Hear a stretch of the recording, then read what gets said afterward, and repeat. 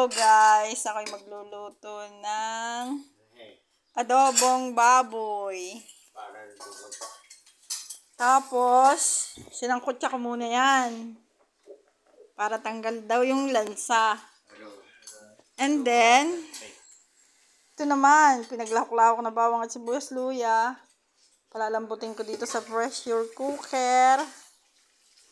Pagkatapos, mamaya ko uli siya gigisahin sa bawang at sibuyas naman. Paano yun? Pampasarap. Wait lang. Apo, sinalang ko na. Lalagyan ko na siya ng toyo. At saka paminta. Para sumarap yung lasa. Okay? Sunod.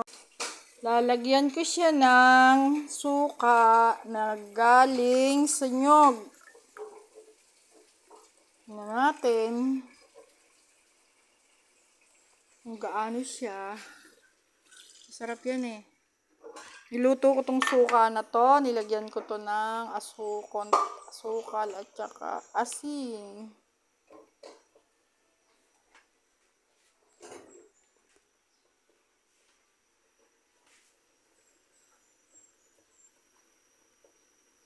Nakasalang na siya sa pressure. Hintayin lang kumulo siya. Parasan natin siya mga 15 minutes. Malambot na yan. Ito pa yung lulutuin ko. Tahong. Gisahin ko siya sa bawang, sibuyas, luya.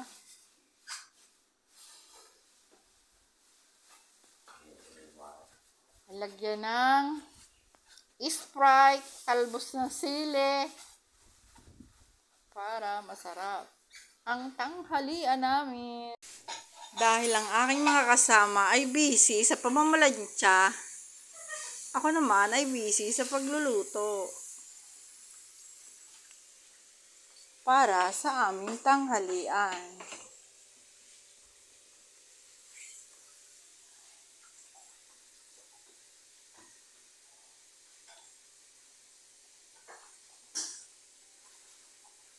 Kumukulo na ang aking tahong. I-off ko na ang apoy. Dahil nga po kami ay maulam pa, bukas na lang to. Lalagyan muna namin sa ref. Ito na nga.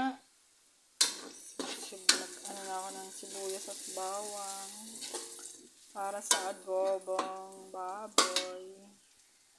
Wait lang. Ito na yung adobo kong masabaw. Tutuyuin muna natin yung sabaw bago natin i-off ang apoy. Okay na yung last niya. Lagyan ko pa siya ng nilagang itlog para mas masarap daw. Ito na po.